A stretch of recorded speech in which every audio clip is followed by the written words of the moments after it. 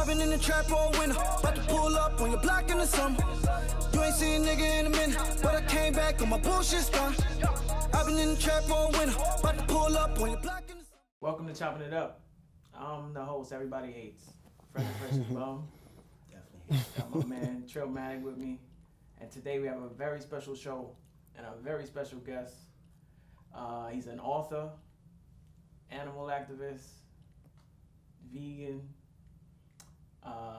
Bicyclist. One of my closest friends. I was about to say, for somebody that know me as long as he do, he's like, I'm just trying to come up with the right words, you know? A friend of 30 years. What else we got there? And he's Dre's brother. Yes. Same mother, same father. Yes. Not that bro shit like me and him. Love you, bro. Come on, man. We have Stuart Devon Mitchell, a.k.a. the Vigilante Vegan, in the house. Vegan, you already know. What's going on? Yes, sir. How's everything going? Pretty good. You know, just trying to get the message of veganism out there to give people a better understanding of exactly what it is as opposed to what it's not. Right. You know, and try to hopefully get more people to embrace a vegan lifestyle, because vegan lifestyle not only benefits you, the individual, but it also benefits billions and trillions of animals all over the world, right, and the environment. So, I'm glad to be here. Definitely want to get into that. Mm-hmm. We appreciate you. He's a dope father too. Want to mention that he's a dope father. Thanks. Definitely. Send out genes. This is what we do. You're not playing with us. You heard? Nah. But shout out to everybody joining in right now. Everybody tuning in. We see y'all. Really Black. You already know, man. Make me happy vegan. Yeah, some people used to think that. How you doing? Some people used to think that vegan was short for vegetarian. I've heard a few people say I've heard that too. They actually thought that. You never heard nobody say that before? Well, when I first heard the term, this is going back to like the mid 2000s. I heard it and I thought it was just like a cool way of saying vegetarian. Oh, you're vegan. That's vegetarian. And when I looked into it, like the more I heard it, I'm like, well, what is a vegan exactly? And I realized that they don't eat, eggs, meat, dairy, and all these other things, and the reason why. And when I found out the reason why, I always knew what vegetarianism was, right, but when I saw what veganism was about, I'm like, wow, this is dope, Mm-hmm. This is something I want to embrace. I remember telling people at work, and they're like, oh, that's hard, you can't do that, but right. I hate to say it, but like I went vegan overnight, I made that transition. Like I already knew what was going on as far as like the food industry, factory farming, and things like that. Mm-hmm. But once I became entrenched in what veganism is, I started to learn more about it, and I knew it was something that I would like to promote, and also I would like to dedicate my life to, because, like I said, it not only impacts me, the individual, health-wise, but it also impacts many different species around the world, and I think that's something that we lose sight of.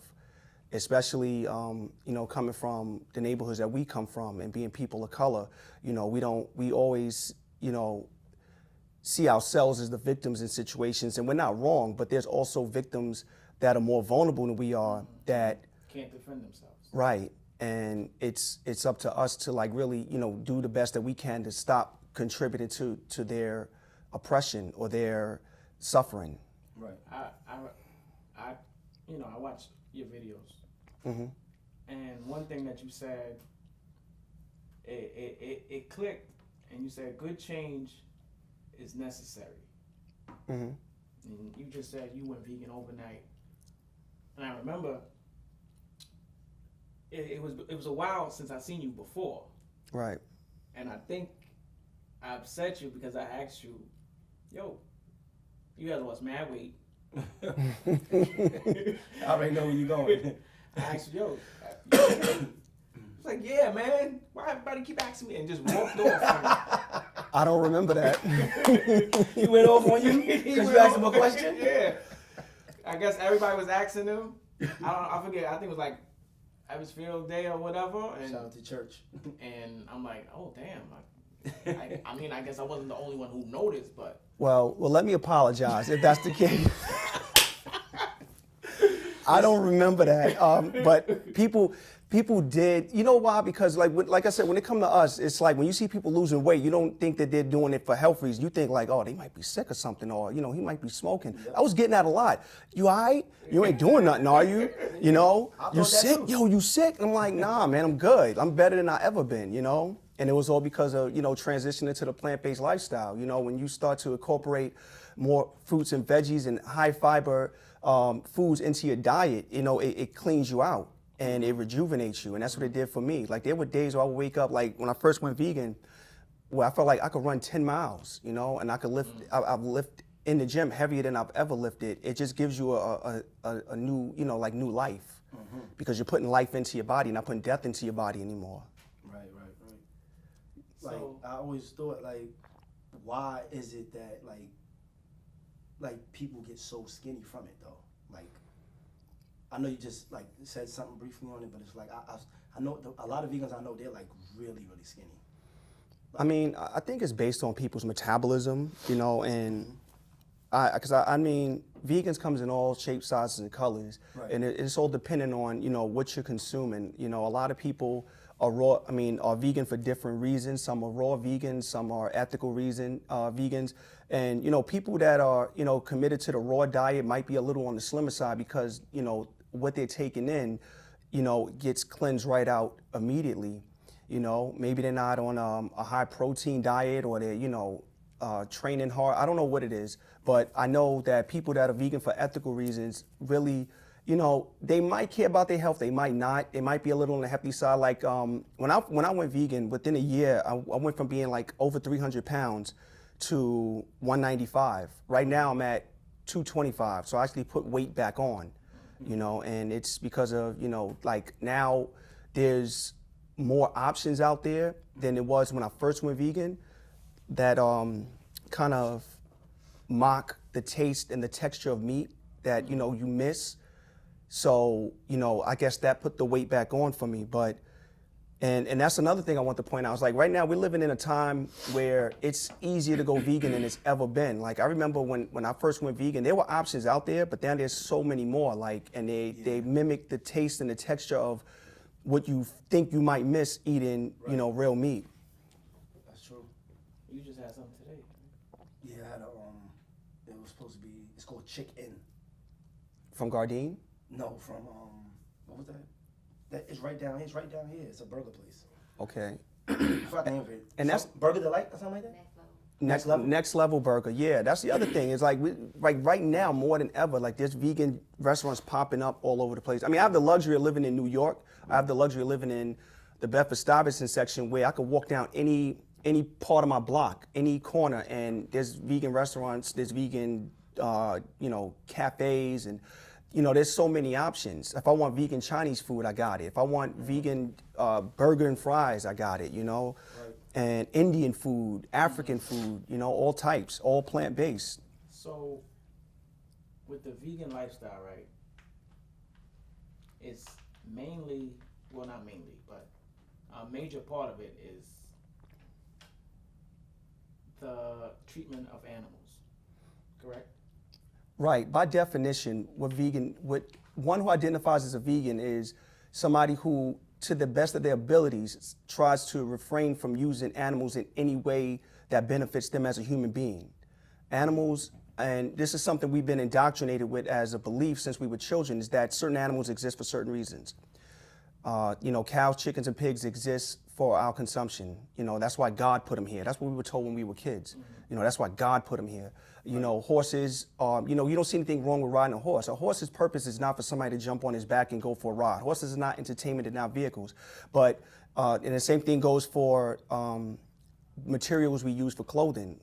Leather, suede, fur, which right now I'm pushing for, a New York City fur ban. That's a must, that's necessary, it's inhumane, it's unnecessary, but these animals don't exist for our use. And that's what a vegan is. A lot of people hear vegan, they think diet. Well, you don't eat, meat and dairy, but it goes way beyond that. It's, what you choose to wear on your back. It's, the type of home products you might use or your personal products you might use, you know, because a lot of those are tested on animals, you know, because they have all kinds of different chemicals in them that, you know, they want to make sure it doesn't hurt, you know, the consumer, but they test them on animals. That's not, I mean, is that fair for the animal? Is anything we do fair for the animal? Right. You know? Right. So that's really what veganism is. Somebody who refrains from animal use to the best of their abilities. And I mean, right now, in the world we live in now, it's kind of hard to do that. And I'll explain how. I'll use plastic as an example. I mean, everybody uses plastic every day. You can't go anywhere without somebody using plastic for some reason or another. What happens is this stuff doesn't, it's not biodegradable. Mm-hmm. It lingers for years. It ends up in our oceans, and this gets mistaken for like food, turtles, fish, and they eat these, they consume these things, and they end up killing themselves. So just by us using plastic, we're killing oceans, we're killing ocean life. You understand? And that just shows you the effect that, you know, that the negative effect we have on the planet and its inhabitants because of this, you know, overuse of plastic. You know, so that's another reason why it's important to go vegan. It's just like the little things that we do every day affect wildlife around us and ourselves. We have a question from the audience, from the viewer. Mm-hmm. What's a good way to start for someone who has eaten meat for so long? Well, that's a good question. And like I said before, it's easier now than it ever was to go vegan because there's so many different companies that mimic meat like to the texture.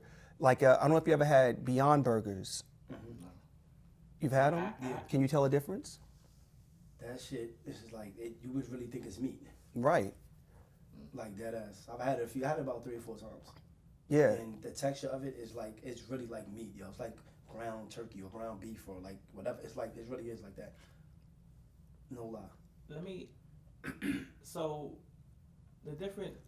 I'm sorry, before you, don't forget your question. I just want to throw in there that going vegan doesn't mean you're giving up anything. If anything, you're giving back. You know, it's not a sacrifice. You know, that's what people think. We think about veganism from a selfish perspective, like, oh, I'm going to miss out on this, I'm going to miss out on that. No, you're being selfless by going vegan because you are allowing the opportunity for animals to live. You know, the less call for demand on meat, the less animals get slaughtered. And I know, like I said, from a people of color perspective and people that might be viewing this, they're thinking like, what the fuck you care about animals for? But you have to keep in mind that we're not the only inhabitants on this planet. It doesn't belong to us. We're gonna die one day. You don't wanna cause more harm unnecessarily to the planet than we have to. You know, you wanna leave it intact for the next generation. And the way to do that is by limiting the use of certain materials like plastic, and doing the least amount of harm as possible to animals because they have every right to be here as much as we do. Right. And basically eating them is unnecessary. But just getting back to the question, how can you go vegan? Like I said, there's things out there that kind of take on the texture and the taste of meat, but there's also things that, you know, people think you have to stop eating. Like you can still have a pasta in sauce meal, or you know, your rice, your grains, you know, which is all a better source of protein anyway. Like when you put you know, your grains together, rice, quinoa, things like that. But you're not really losing anything. You could substitute dairy milk with almond milk. You could substitute beef burgers with Beyond Burgers. You could substitute chicken with Gardein products. You know, like these are new markets that's kind of like becoming bigger and bigger. I remember when I first went vegan, there was a half a door for almond milk. It had soy milk and almond milk. Now you can't count how many different plant-based sources milk comes from. Hemp, rice, cashews, almonds, soy, you know, so it's a market that's growing. So nowadays we live in a time where you don't have an excuse not to be vegan. Right. Right, and it's not difficult. So as far, like, you got different groups of people. Oh, I only eat fish. Pescatarians. Pescatarians. Couldn't think of the name real quick. As a vegan, do you like I eat meat? but I still wouldn't harm animals. Fuck you. Who knows? You might change my mind. By the end of this episode, I hope so. But That's why I came here. I wanted to talk to you, Freddie. This was a setup. But that's my question. Uh-huh. Do you frown upon people who are like that? Like I could have, like the cat lady. She loves her cats, but she still eats what's her name? eats burgers. She takes care of the cats and the dogs like nobody's business. They're well kept, but she still, eats her steak every now and again. That's a good question. Do you frown upon those people, or do you? I wouldn't say judge, but he gave me that look like, no, I'm judging. He had the Robert De Niro face. Serious right now? I see where you're going with this. Listen, I don't judge anybody because we all have to come to our own understanding of things on our own time. Like at one time, like I was that person. I love cats. Like we grew up with cats. So, I mean, would I had considered myself an animal lover at the time? I don't think so. I know I love cats. We had dogs for a little while too. Remember Hardy had little puppies before they got stolen? But they stole my and ruined my fucking childhood. But I understand these people because, like I said, like I wasn't born vegan. So I understand why somebody would love one animal and still eat another one because of it. Like I said before, it's indoctrination. Right. It's what we're taught. Right. So it takes a while before you realize that, the only thing that separates us is our species because animals have senses just like we do. They feel pain like we do. They get emotional like we do. They get angry. They have the same feelings that me and you have. They have families. Like animals left to their own devices have families and they protect their families and they provide for their families. No different from you and I. It's just that we do it on in a capitalist society, That's the only difference between us and them. Like we like to think that we're more intelligent than these creatures, but they're not the ones fucking up the planet. And I heard something on the weirdest place on Mike Tyson's podcast. Mike Tyson said, if ants would die, that would be a huge problem for humans. If cows would die, that would be a huge problem for humans. If the trees all died, that would be a huge problem for humans. Right. But if humans die, the earth would flourish. Right. Absolutely. That's a fact. I mean, that's a scary fact, but it's a fact. Like we contribute nothing to the environment. We contribute nothing to nature. We're a part of it. And I think that we should be more appreciative of that instead of just taking from it. There's a video on YouTube by Steve Cutts, who's a brilliant animator. It's called Man. It's like a 3-minute video, and in 3 minutes he kind of shows you how destructive man could be through animation. The things that we do, like everything we do, we're taking from nature, just destroying and taking and ravaging and just destroying. Animals live in peace. If there's a cycle of life, it's amongst the animals. The lion goes into the jungle, he kills an impala. He feeds his family, they eat, they feast on the impala, they go away. Whatever's left gets cleaned up by the vultures. You understand? So when you're talking about a cycle of life, because I know that's another excuse people like to use for eating meat, cycle of life. Like, no, it's not your cycle of life, it may be to other animals and in their own environment. But when it comes to us, there is no cycle of life. You pick a fucking apple off the tree and eat it, and that's your cycle of life. The tree grows, you eat the apple. You understand? And I don't mean that in the most literal sense, but I'm just saying, like we're natural herbivores. We don't have the instinct to go out there and kill and attack animals and eat them because, that's what we do, and beat our chest about it. We're herbivores. Some people feel like certain animals, like the ones that they eat, like chicken and beef and all that stuff, was put here for that reason. Right. How do you feel about that? Like people say that, because I'm like I was telling somebody the other day, I said, yo, why the hell don't nobody ever run out of chicken? I don't see that many chickens on the fucking earth, bro. Well, Styles P said that a long time ago. Ain't that many chickens in the world. Yeah, I mean, if it was that many chickens, you wouldn't think that us sitting here doing the show wouldn't be about 2 or 3 chickens just to roam in here right now. They just roam in the street all over the place. Like, it's that much chicken. Nobody never runs out of chicken. Popeyes, KFC, you know how many of those shits is on the planet, on the world, everywhere? It's that much chickens in the world. And somebody said exactly. That's why they put here to eat, so we can keep doing, the cycle of that. It won't get overpopulated. How you feel about that? Well, I mean, the reason why we have so many farmed animals is because of man's manipulation of them. The fact that he forcibly breeds them for that purpose, to raise them, to kill them, so that injecting them with steroids. Right. I mean, what so they be fatter. Right. Well, that's just to speed up the process. They speed it up. Yeah, I heard about But the reason why there's so many animals, and just to put something in perspective, there's every year about 60 billion land animals are slaughtered for human consumption. It's not like animals out there reproducing on their own. Man is manipulating these things to reproduce so that he can kill them, so that he can eat them. And in turn, these things are giving us all types of diseases and killing us off. To put things in perspective, over 100 billion sea life creatures are killed every year for human consumption. So, that's for your pescatarian people, who who believe that, maybe just, eating fish is, we're not really doing any harm. There's people out there that believe fish don't have senses. Like they don't feel pain and fear. Like fish are very smart, intelligent creatures. We're eating very smart, intelligent creatures for the sake of what, But that's why we have so many animals on the planet, is because man manipulates them to, to grow. If you ever seen what happens on a dairy farm, it's disgusting. Like they're forcibly impregnated by man, to give birth. And once they give birth, they send her son, if it's a boy, off to be veal. So when you're eating veal, you're eating literally a baby cow. If it's a female, they raise her to be a milking cow like her mother. When a mother can't milk anymore, they kill her, they make her into steaks and hamburgers that you enjoy. What you had on the 4th of July? Wow. Yeah, I saw you. It's only You wasn't low. But I can't stay. We gotta get him over here.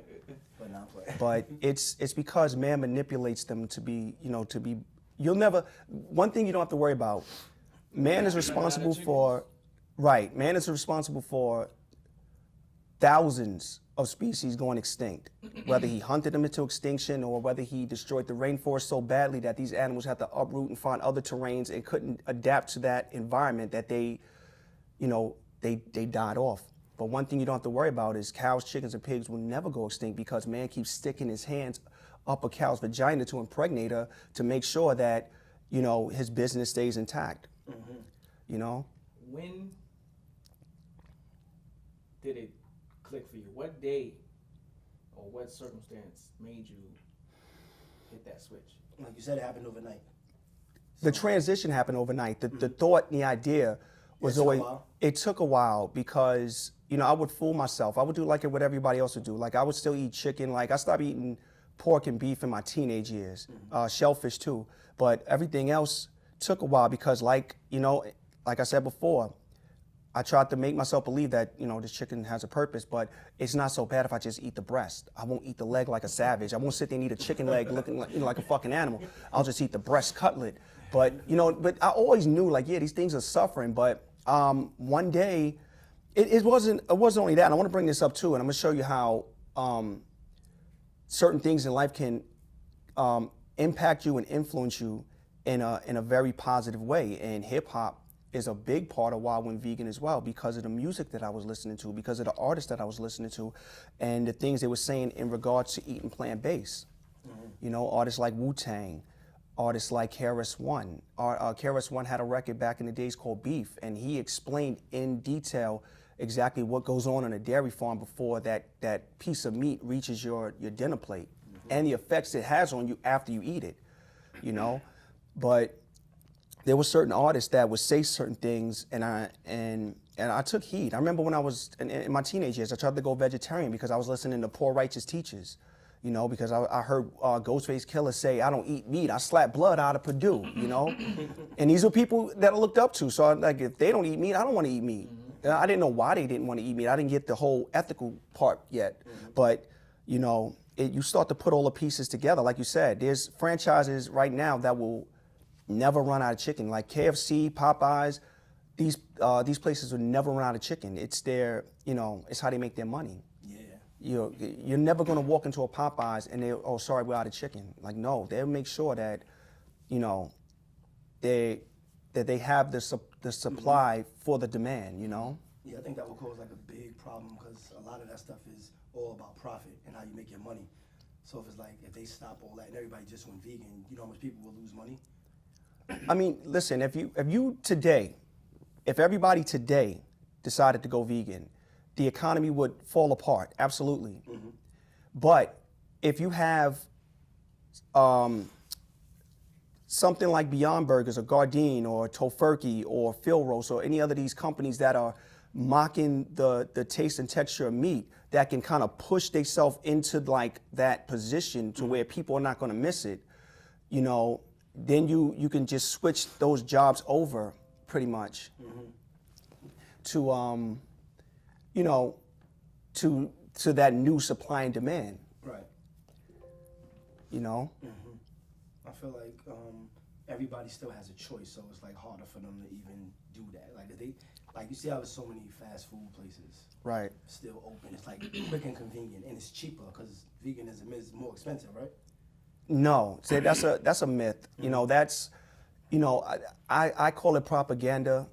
I think I spend less money now that I'm vegan, to be honest. Yeah, and that's only right. Yeah, because only because Gotta hear this. Let me sit up.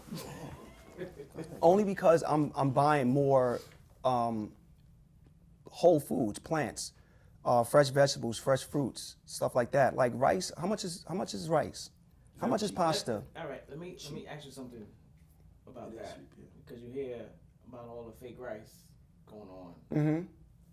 Fake vegetables and all that too. Fake vegetables, Monsanto chemicals, Right. and everything like that. It's like I go vegan, go plant-based. It's like I would have to look even harder at the labels, at what I'm make sure it's not from this farm, because they are, kind of fishy. I gotta go to this farm. I gotta go 2 miles to a fucking direct farmer. Well, let me ask you this: how important to you is your health? No, I understand that, but you got people who throw up those excuses all The the excuses. Well, I mean, listen, it's all about perspective and priority. It's like your health should be number one priority. I mean, are we all the healthiest we could be? I don't think so. Right. But I think going vegan will push you more in that direction. Health should be priority one, because without that, you can't do anything else. Like people say, oh, family first, God first, this. Health first, because without that, you can't do anything else. Right. And I think that the best way to solve that problem, that health problem, is by going vegan, eating more plant-based foods, lower your risk of diabetes, lower your risk of cancer. So if, going, 10 minutes on my way to a market to get the fruit that I want or the vegetables that I want, then so be it. I mean, if you can't afford it, I mean, listen, I would lie to you right now if I said I eat all organic. I don't. I eat what I can afford. And for people that say, oh, well, veganism is too expensive. Well, the dollar menu at McDonald's is not. So like, don't make it seem like, I mean, the food we're eating is cheap. So don't make it seem like, you're going to go vegan and spend more money. You're not, especially when you're home making your own meals. I get the concept of like, yeah, if I'm out and we're hanging out or whatever, and the closest thing to me is Right. Kennedy Fried Chicken. Or you go to a spot, it's like, oh, we don't have no vegan dishes here. A lot of places have those options now. Right, I That's know, how but things changed. like he veganism. said earlier, Yeah, it's more easier to go vegan now than it ever was. that's a fact. So, I used to never hear about it before. Right. Like, before And I've never heard of it before. vegan options and the gluten-free. Well, gluten-free is a whole different thing. Yeah, what is that about? That's for people who have a disease called celiac, who can't process the gluten properly. I mean, I don't know exactly what happens to them. I know it's for people who have that disease. They get fucked up. Like, Oh, okay. hospitalized. And, Oh, not damn. hospitalized, but it's like the worst Pain? Okay. you could think of. Yeah, well, that's something totally different. I mean, Yeah. that's like a health conversation, So Veganism is kind of a health conversation, but like I said, I approach it from more of an ethical perspective because that's the right perspective. You and you're like on it. You know what I'm saying? Because I know vegans they claim they're vegan, but they don't like animals. Like they don't like dogs and cats. You know what I'm saying? All right, well, here's the thing. You don't have to like animals and you don't have to love animals. You just have to respect the fact that they exist on this planet and they don't exist for your use. Right. Use of consumption. You know, like I'm not going to come on here and say that I love animals. You know, I mean, I respect them. Right. I'm not saying I hate animals, but it's just you don't have to love animals. You don't have to cuddle with cows and chickens, you know, to show your affection for, you know, animals and be 100% vegan. No, you just have to understand that they don't exist for you. So would you consider somebody that claims to be vegan, but they still wear like, you know, fur? No, absolutely not. Like that's more you're more plant-based. Like you follow a plant-based diet. Right. Because like I said, if you look up the definition of the word vegan, vegan encompasses all forms of animal use. You know what I mean? So if you're still wearing things like leather and fur and suede and you know stuff like that are made from animals, but you just decide not to eat animals, that's still a form of speciesism. That's a form of discriminating the species of animals. Okay. Veganism is about embracing them all as earthlings and just respecting their right to exist, just like we do. Right. Nobody or nothing is asked to be born. And I think everybody has the will and desire to live a happy, fulfilling life. And I think by you giving animals a job or a purpose, you take that from them. You cannot give something a purpose in life because it suits you. Right. That's selfish. Right. Do you, so you don't agree with that, like the circus? Absolutely not. Like, have you ever seen what happens to these animals in order to break them mentally, just to entertain your kids?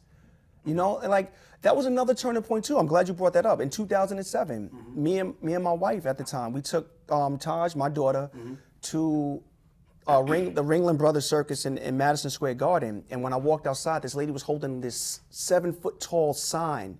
She was by herself, and it was a picture of an elephant. The elephant had a name, and it said, I forget the name. It said the elephant died on this day because of, you know, her handlers mistreating her and abusing her, and not taking care of her properly. And yeah, I felt like a total asshole when I left out that circus. And we just had the time of our life. You know, like we had so much fun, and I didn't really think about, you know, what was going on. Oh, look, you know, you see animals, you know, doing what they do in the circus. Right. And then to come outside and see this lady holding that sign, it's like, damn, I didn't even give that any consideration. And you know, it was one of those things where it's like you look at it and it's like, we're fucked up. You know, like you take an animal out of its natural habitat to bring it here to, you know, entertain you. We have another question from the viewer. Shoot. Do you think you can have a healthy relationship if one party is vegan? I was going to ask that earlier, and I forgot all about it because we was flowing. And have you dealt with that before? That's real personal. I'm not going to get into the specs of it all, but for somebody who is like 100% vegan, it could cause a lot of problems. It could cause a lot of problems. Like, I think that if you're going to be with somebody, your beliefs and the things that you're passionate about have to be aligned, you know? But just from my own experience, no, it won't work. It won't. Straight up, no. No. Is you dumb? Is you dumb? There you go. So there goes the answer to your question. Is you dumb? It's not going to work. Yeah, I was going to ask that earlier because I know somebody that's like dealing with that. And I asked them, how do they, you know, is everything good with that? Like, how's it work in the house? You know what I'm saying? Like, somebody that's 100% vegan. It gotta be separate dinners. And then when the children are involved, well, never mind. I'm not. You have children? Yeah. 2 children, 2 kids. My nephew, my niece. You being vegan, right? Do you put that on them, or do you like not force them, but do you try to lean on them and have them think about converting to it? Is it a as conflict? they get older? Yeah, like, and you not with the kids. You have to feed them. Right. Do you feed them animals? Me personally, no. Do I persuade them? Yes. I don't believe in pushing anything on anybody. I can sit here and give you information all day. I'm not going to sit here and tell you, you better go vegan, Freddie, or we're not friends anymore, or, you're my brother, Andre, and I love you, but if you don't go vegan, I'm not talking to you anymore. Like, no, I can sit here and give you perspective, because like I said, people understand things on their own time when they're ready to, take in that information. And if by you pushing that agenda on them, they're not gonna wanna listen to you. Like if I sat here all day talking about veganism and you're sitting eating a cheeseburger in front of me and I'm telling you, what that animal went through before you had it and you're enjoying it. Oh, you're enjoying it? Well, let me tell you what happened to that cow before it met your dinner plate. You tune me out. Yeah, he'd be like, you don't want to hear what I'm saying, but if I can sit here and give you facts, you understand? You might listen. Like this might get people to like have a different perspective on how we treat other species. Right. Gigi, I think he answered your question because she had a second part. Mm-hmm. It was, what if she's a woman who wants the same beliefs, but she hasn't quite yet converted? I would say you have to give her time. What do you mean in a relationship? I don't get if she's saying beliefs as in veganism, or I don't know. I think that's what she's. But she's about. not quite there yet. Like she's on the road. She's at the starting line, but right. She hasn't quite. I mean, listen. I'm only talking from my perspective. It didn't work for me. It might work for somebody else, and somebody else might actually have influence over their partner to, embrace that lifestyle or embrace that way of living. Right. I'm not saying it won't work for somebody else. I'm saying it didn't work for me. Some people are more open-minded than others. Some people actually listen to you and, you can give them information and they'll take it and run with it and, become what you think they should be or what, That's right. All right. Let's talk about the fur ban. Right. Let's talk about the fur ban because it's going to happen. I saw you. Safari is against you. Yeah. We saw you speaking I just want to say at City Hall. Safari's ready. Yeah. About the fur ban. Mm-hmm.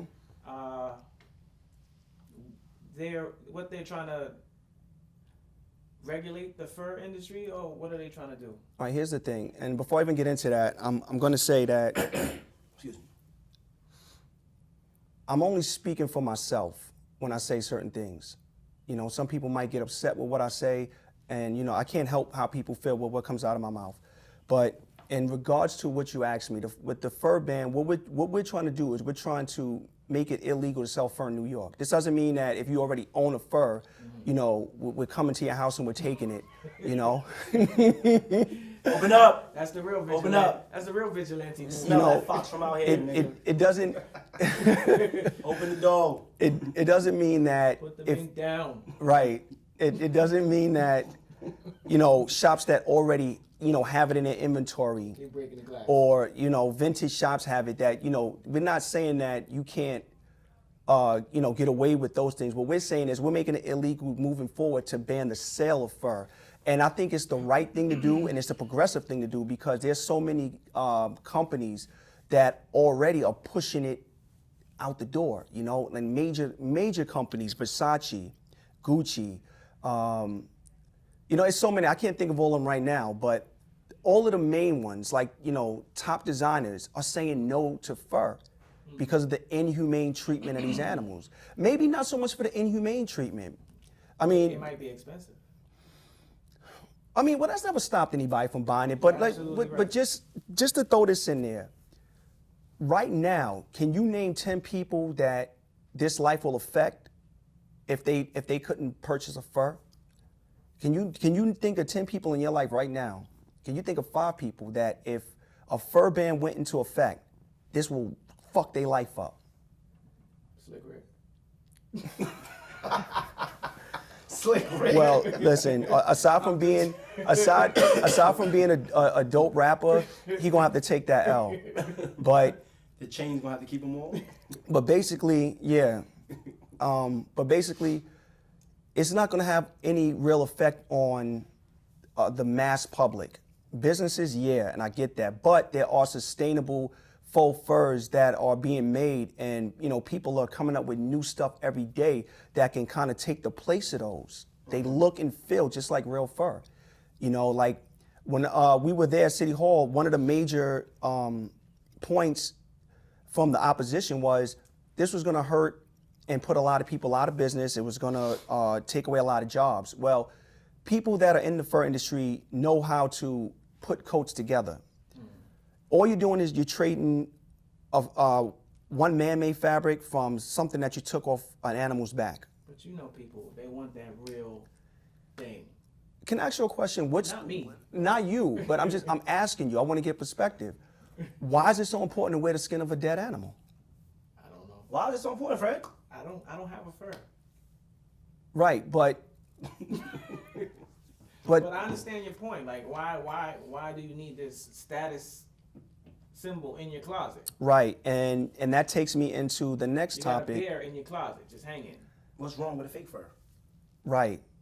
And that brings me to my next point, is that one of the things that are heard in this proposed ban is the fact that the fur industry kind of spun it into an issue of race and made it seem like this is an attack on black culture. Last time I checked, there are people from different cultures and they all wear fur. I'm not saying it's right.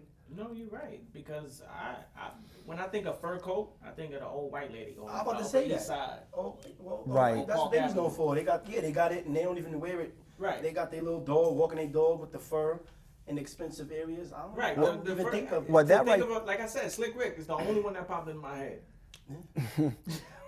That's because it's bullshit. It's not a hindrance to you as a black person or somebody who's living black culture.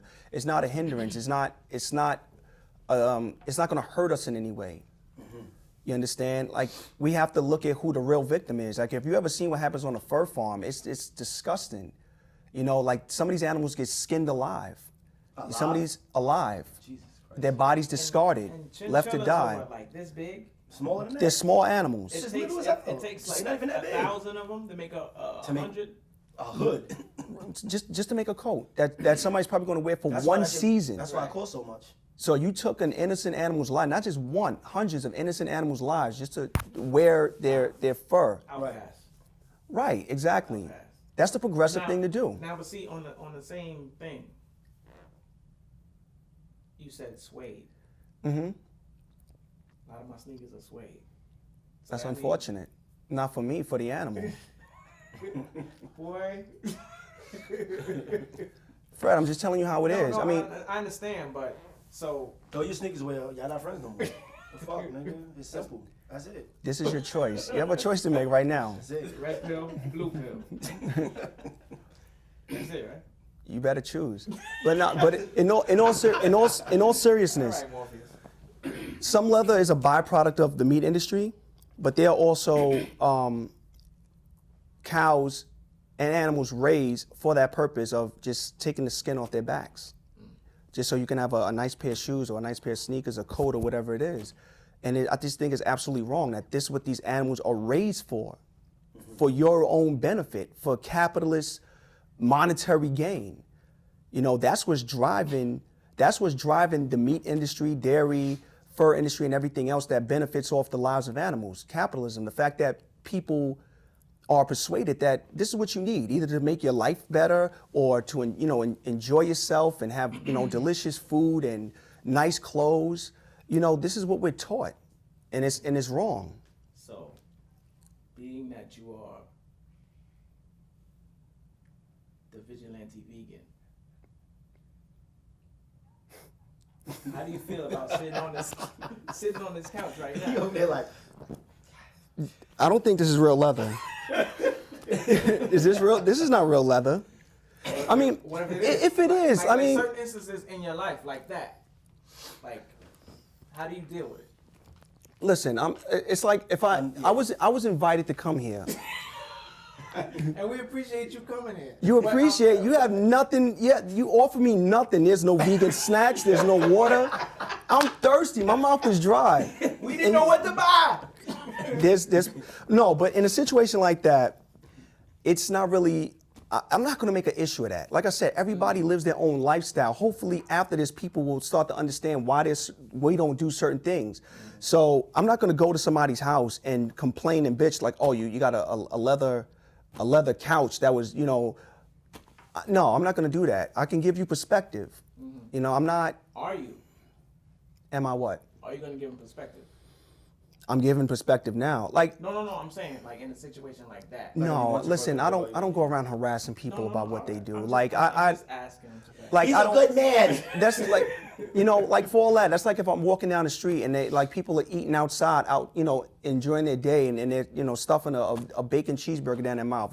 Like, should I go up to them and dress them down for it? Mm-hmm. I'm not gonna do that. Like I think the best way to show an example to people is just by living out your truth, living what you say. Not getting up in people's face and being aggressive about things. Well, media. And for the record, I don't think this is real leather. the quality and the grade is not. It doesn't look that great. So. It look like my jacket. You trying to play me? I'm trying to play this couch. Meaty had a question. Our cousin is here, tuned in from Florida. Meech, what up, Meech? He answered it early, but he just tuned in. So, but what his question was it cold turkey? Was it a cold turkey transition when you became a vegan? Yeah. Say that again. You answered it already, but Meaty was it a just tuned cold turkey transition when you became vegan? Yeah, I remember the day it happened. I was sitting down looking at a leg quarter on my table, and I don't remember everything that was on the table, on the plate. I remember sitting there and I'm looking at this like this belonged to an animal that probably was in fear before they slit its throat and made it into what it is. Mm-hmm. And who am I to like who am I? You understand what I'm saying? Mm-hmm. At the end of the day, like this animal died for me for what? I didn't need it. People's argument all the time is protein, protein, protein. There's protein in nuts, grains, now I'm drawing a blank here. There's nuts, there's grains, there's leafy greens, beans, legumes. Thank you. I was trying to get that out. Legumes. There's protein in so many plant sources. Why the fuck are we eating animals? The animals that you eat, what do you think they're eating for protein? The strongest land animals in the world right now, gorillas, oxes, hippos, elephants, giraffes, they're all plant-based, plant-eating animals.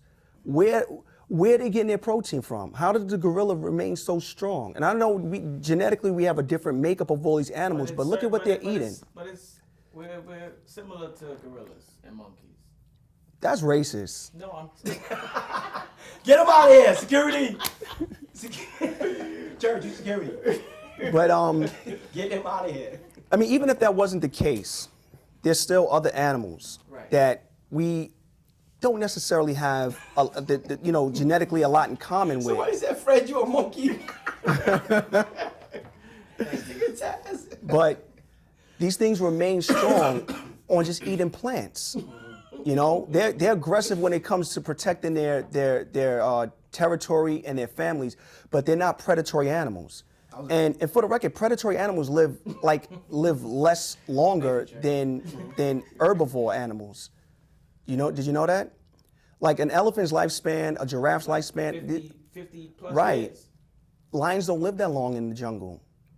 And I'm not saying it's contributed to by what they eat. I'm just saying we are not natural carnivorous or omnivorous animals. Like if a chicken ran through this studio right now and you were hungry, you're not gonna run after it and bite into it and try to, eat it. You would be disgusted by, putting your mouth on an animal in that way. Exactly. An animal that is a carnivore has no problem with it. They'll bite into it, they'll drink the blood from it, they'll devour its flesh because that's what they were meant to do. Me and you are not carnivorous animals where we have to run after something and jump on it and kill it and eat it. You have to season it and cook it. We have another, sorry. And you ain't want to do it yourself. Right. We have another question from a viewer, Church, who's in the building. What up? How does he feel about Dr. Sebi and the Original Man diet? I had a feeling this question was going to come up about Dr. Sebi. I think Dr. Sebi was very good for the black community because he opened a lot of people's eyes to their health. A lot of what he spoke was plant-based. I'm not going to lie to you. I think a lot of what he says is kind of like controversial or questionable. And I think that, you know, you shouldn't just take something on face value. You know, whenever something's told to you, I think you should research it and study it to the best of your abilities. But I think Dr. Sebi was very, very, very much needed in our community because as far as, you know, us concerned, black people, you know, we suffer the most from all of these illnesses and these diseases that we were told are hereditary. It runs in the family. High blood pressure runs in the family. Diabetes runs in the family. No, these things don't run in your family. Bad diet runs in your family. Bad choice of eating habits run in your family. You can reverse all these things with a plant-based diet. Dr. Sebi taught that. He was very big on an alkaline diet, one that low acidic, high alkaline, one that removed a lot of toxins out of the body. So, I mean, salute to Dr. Sebi and everything that he did, you know. But like I said, there are things, and I'm gonna keep it to myself, that I thought were very controversial, you know. But overall, on the whole, he was very good for the community. Let me know. I don't know if this is one of the things that he said. He said that we are not supposed to eat broccoli at all. I heard broccoli is not man-made.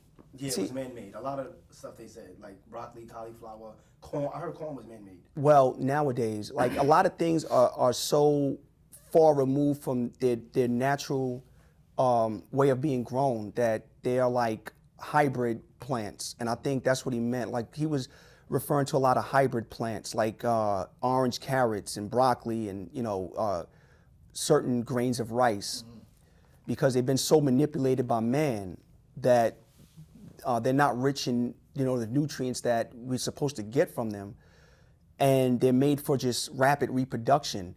But a lot of these things, like I said, a lot of what he said, you would have to like research it yourself. You know, like we tend to listen to everything somebody says as long as, you know, we feel that they're steering us in the right direction. Don't take anything anybody tells you on face value.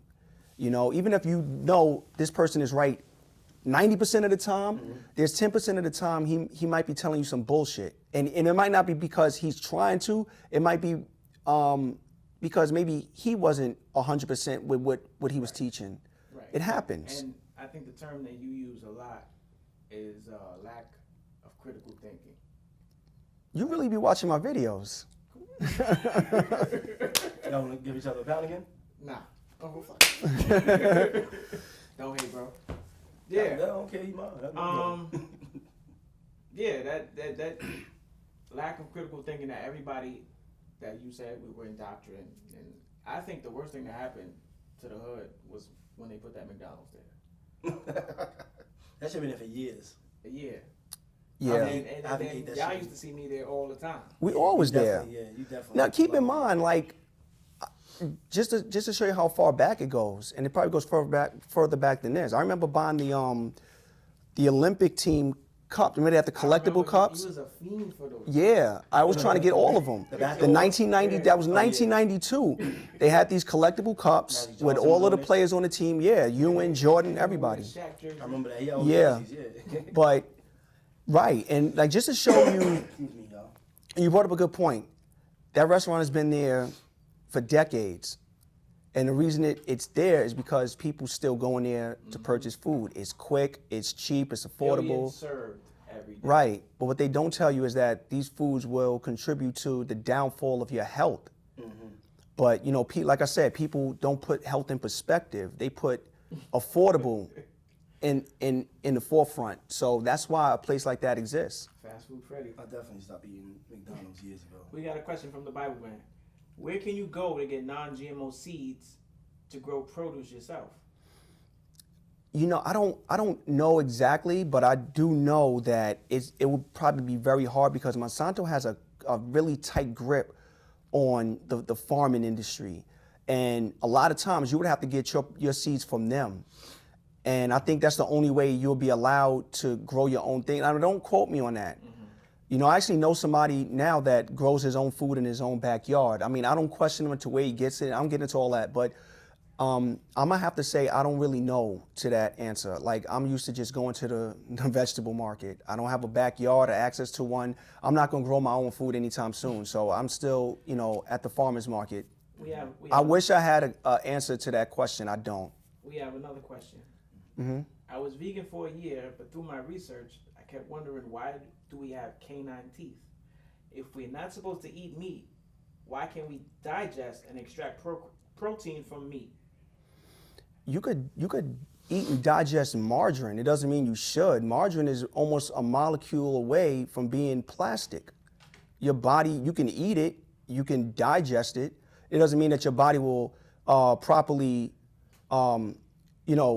store its nutrients and get rid of its waste. And that's what happens with meat. It's through habit, first of all, but eating meat, your body will be able to digest it and extract, certain nutrients from it, but it doesn't mean that it's natural, because what happens over time is that a lot of this meat gets stuck into your digestive system and it becomes disease. So, something that you think that is natural for you to eat, if it was to give you disease, is it really natural for your body? Or is that your body way of telling you shouldn't be eating this shit? I thought about that when I had a procedure done like last year. My stomach was bothering me bad. Went to the doctor. They did an endoscopy, put me on anesthesia, best sleep ever. They found nothing. They said everything is good. But I immediately thought I gotta cut this shit out. That was when you had found out 2 months later you was pregnant. That was that time? Anywho. Sorry, I had to get him. He's too serious for you right now. What? This is a serious conversation. We might be running out of time soon. Rum has a question. Rum? Rum.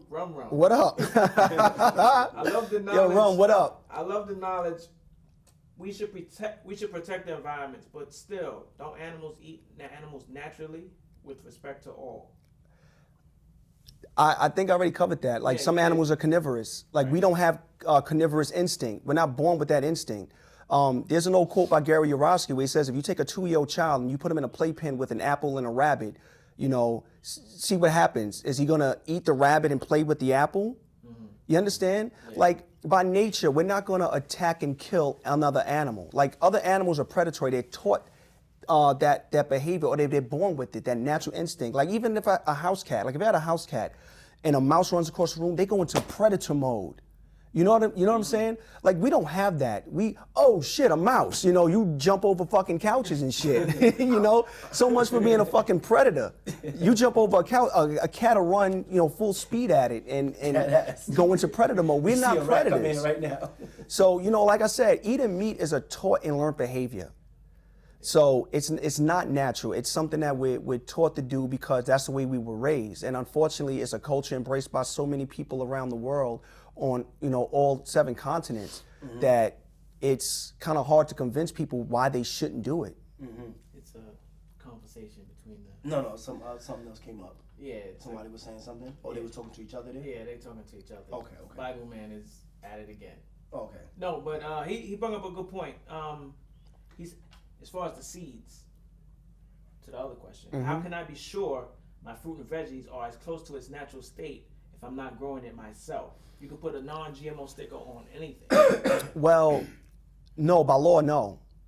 By law, you can't. I mean, listen, there are entities like the FDA and the USDA that can be persuaded one way or the other, based on politics and, things of that nature. But the closest that we can control as a consumer is to go by the codes. If you're buying produce, they have different codes. I don't know them offhand. I don't remember them, but some fruits that have 4-digit numbers are GMO. I think 5-digit is organic. There's 3 different codings, and you have to know and understand the coding to understand where you're getting your fruit from or your food from. Is it organic? Is it GMO? Whatever. Also, I mean, if you want to take it to the next level, you can always ask in the supermarket, speak to the produce manager and ask them which farm did this apple come from, and research the farm. We have 1 minute remaining. I just want to throw that out there. Yeah. Not to cut you off or anything, but we got exactly 54 seconds left. Well, I want to thank our special guest. Thank you so much for having me, and I hope I gave people perspective today. And he has 3 books. Kayla the Vegan, Greatest Rapper Alive. Greatest Rapper Alive. And a new book. The new one, Liberation Summer, and that pretty much touches on what we're talking about. The character in the book starts to realize and understand the importance of animal liberation and also liberation of our minds. That means getting off the foods that we eat in our neighborhoods and start to be more responsible for our health, because he starts to see that the food that we're eating is deteriorating the health of the neighborhood. And it's all coming at the hands of eating these animals that we don't necessarily have to.